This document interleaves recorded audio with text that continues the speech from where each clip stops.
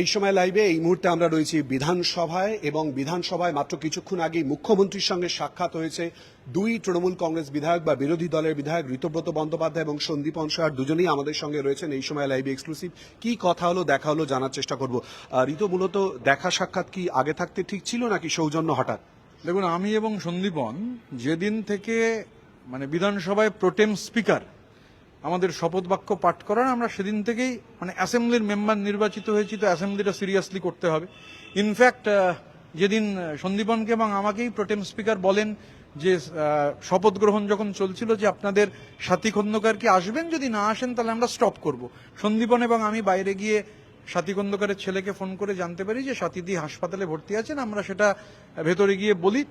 তারপরে তো প্রোটেম স্পিকার শপথ হয়ে যাওয়ার পর স্পিকার নির্বাচন, সেদিনও আমরা ছিলাম, কিন্তু মাননীয় স্পিকারের সঙ্গে ব্যক্তিগতভাবে সাক্ষাৎ করা হয়নি।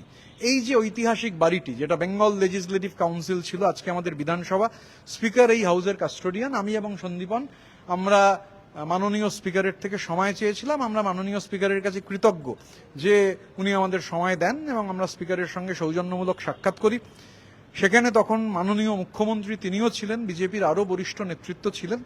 তো বিরোধী হিসেবে মাননীয় স্পিকারকে আমরা একথাই সবসময় বলি যে বিরোধী হিসেবে যে আমরা বিরোধী হিসেবে গঠনমূলক এবং সদর্থক ভূমিকা পালন করব বিধানসভার ভেতরে। এবং সরকার ইতিমধ্যেই যে পদক্ষেপ নিয়েছেন যে সমস্ত প্রশাসনিক মিটিংয়ে বিরোধী বিধায়কদের ডাকা, এটা তো গত 15 বছরের রেওয়াজ ছিল না, এটা একটা ওয়েলকাম মুভ। এবং আমি এবং সন্দীপন আমরা ব্যক্তিগতভাবে মনে করি, আরও অনেকে মনে করেন সেটার প্রমাণ হচ্ছে আজকেও আমাদের 6 জন এমএলএ এবং সিনিয়র এমপি কাকলি ঘোষদস্তিদার তারা প্রশাসনিক মিটিংয়ে গেছেন। এবং আমার ধারণা দিন যত এগোবে প্রশাসনিক মিটিংয়ে আরও অনেক যারা আছেন বিধায়ক, বিরোধী বিধায়ক, তারা অংশগ্রহণ করবেন। কারণ আমরা বিধানসভার অভ্যন্তরে বা বিধানসভার বাইরে রাস্তায় রাজনৈতিকভাবে বিজেপির বিরোধিতা করব। বিধানসভার যে ফ্লোর, যদি সেটা অ্যাম্ফি থিয়েটার হয়, আমি সন্দীপন আরও আমাদের বিধায়করা গলযোদ্ধার মতো লড়াই করবে।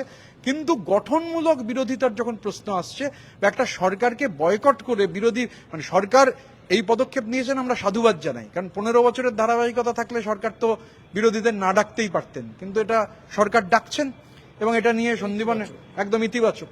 সন্দীপন আরো এটা বলতে পারবে। ইতিবাচক, কিন্তু কোথাও মনে হচ্ছে না এতদিন ধরে, ওর কথা রেস ধরে বলছি, এতদিন ধরে যে প্রসেসটা ছিল আর কি, বিরোধী দল, তৎকালীন বিরোধী দল, বর্তমান শাসক দল বয়কট মুডে ছিল। এখানে ঋতব্রত আপনি দুজনে এগিয়ে যাচ্ছেন, অঙ্ক মেলানো যাচ্ছে না তো? না, দেখুন, বিরোধীরা বিরোধিতা করবে, কিন্তু সেই বিরোধিতা যাতে গঠনমূলক হয় সেটা খুব জরুরি। এবং সেই পরিসর যদি তৈরি হয়, সেই পরিবেশ যদি তৈরি হয়, তো গণতন্ত্রের জন্য ভালো, রাজ্যের জন্য ভালো, প্রকৃত উন্নয়ন ঘটবে রাজ্যের। শাসক দল বিরোধী উভয় পক্ষ মিলে রাজ্যকে এগিয়ে নিয়ে যাবে, রাজ্যকে আবার সেই গোল্ডেন এরাতে নিয়ে যাবে, এটাই তো আমরা সকলে মিলে আশা করব। দল বিরোধী হয়ে যাচ্ছে না তো? এটা দল বিরোধীর কি আছে? আমরা মাননীয় স্পিকারের সাথে দেখা করতে পারি, কারণ আমরা এই সদনের সদস্য, তো আমরা তো সেখানে দেখা করতেই পারি। এবং ঘটনাচক্রে সেখানে যদি মাননীয় মুখ্যমন্ত্রী থাকেন, তার সাথে সৌজন্য বিনিময় হয়, এটা তো দল বিরোধী হওয়ার কোনো বিষয় নেই।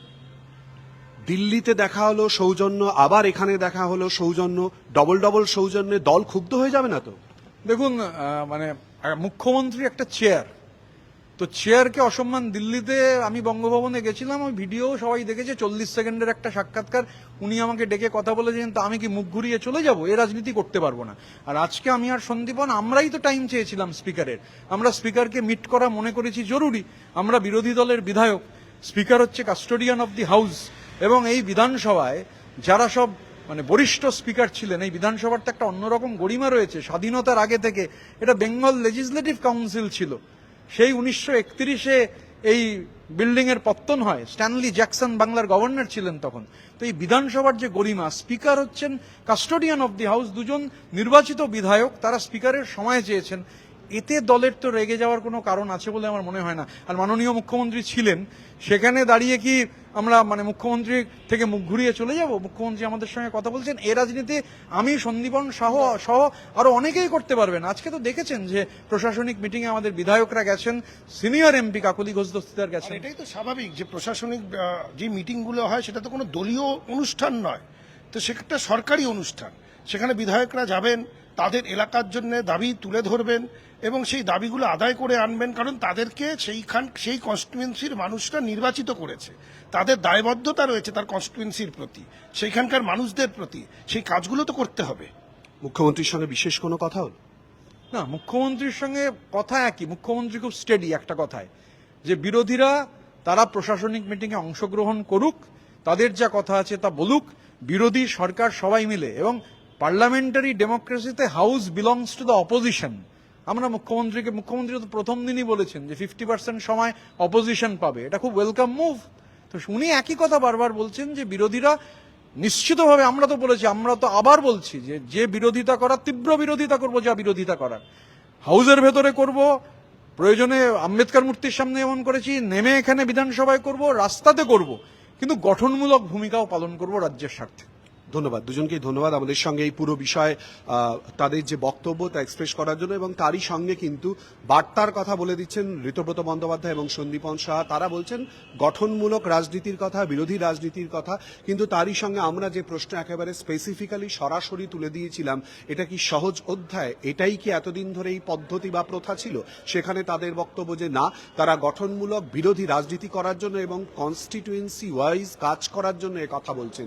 এর ভেতরের অঙ্ক কি, রাজনৈতিক ব্যক্তিত্বরা, বিশ্লেষকরা কি বলছেন, সেদিকে আমাদের নজর থাকবে, আর আপনাদের চোখ থাকুক এই সময় লাইভে।